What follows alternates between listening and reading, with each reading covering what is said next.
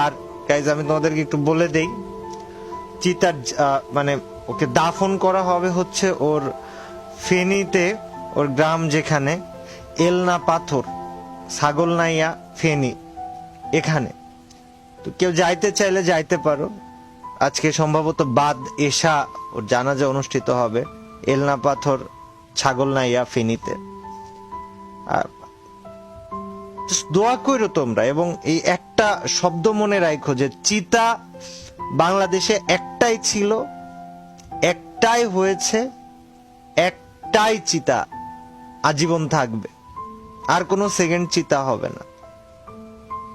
ওর জন্য দোয়া করো, আল্লাহ তাআলা যেন ওকে মাফ করে দেয়, জীবনে যদি কোনো ভুল ত্রুটি থেকে থাকে, কোনো কবরের আযাবটাও মাফ করে দেয়, এবং ওকে যেন জান্নাতুল ফিরদাউস নসিব করে।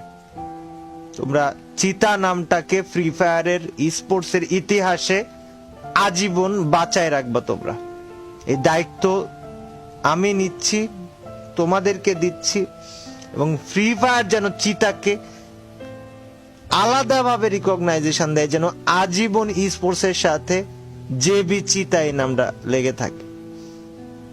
আল্লাহ হাফিজ সবাই।